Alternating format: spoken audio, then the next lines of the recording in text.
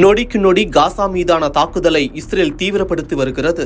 இப்படி பரபரப்பான சூழலுக்கு மத்தியில் ஹமாஸ் அமைப்பினர் இஸ்ரேலுக்கு எச்சரிக்கை விடுத்துள்ளனர்.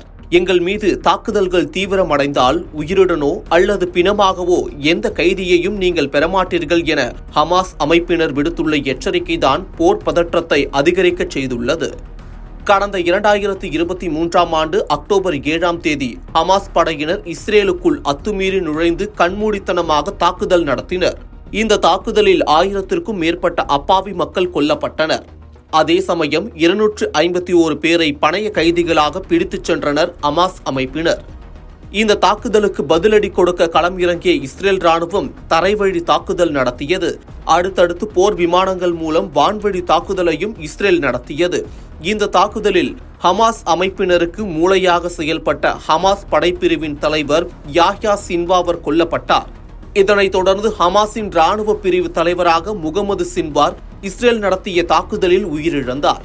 அடுத்தடுத்து ஹமாஸ் தலைவர்களாக பொறுப்பேற்கும் தலைவர்களை இஸ்ரேல் குறிவைத்து தாக்குதல் நடத்தி வருகிறது. இரு தரப்பினருக்குமான போரை முடிவுக்கு கொண்டுவர பல்வேறு நாடுகள் பேச்சுவார்த்தை நடத்தியும் உடன்பாடு எட்டப்படவில்லை. ஹமாஸை ஒழிக்கும் வரை ஓயமாட்டேன் என இஸ்ரேல் பிரதமர் நெதன்யாகு சூளுரைத்திருந்தார். இதனையடுத்து நாளுக்கு நாள் காசா மீதான தாக்குதலை இஸ்ரேல் தீவிரப்படுத்தி வருகிறது. அங்கு ஏவுகணை சத்தங்களும் மரண ஓலங்களும் ஓய்ந்தபடி இல்லை. மக்கள் வசிக்கும் பகுதிகளையும் இஸ்ரேல் குறிவைத்து தாக்குதல் நடத்தி வருகிறது. போருக்கு பயந்து காசாவில் வசிக்கும் லட்சக்கணக்கான அப்பாவி மக்கள் காசாவை விட்டு வெளியேறி வருகின்றனர். இப்படியான பரபரப்பான சூழலில் காசா மீது தரைவழி தாக்குதலை இஸ்ரேல் தீவிரப்படுத்தியுள்ளது. காசாவில் வசிக்கும் பொதுமக்கள் காசாவை விட்டு வெளியேறுமாறு இஸ்ரேல் ராணுவம் அறிவுறுத்தி வருகிறது.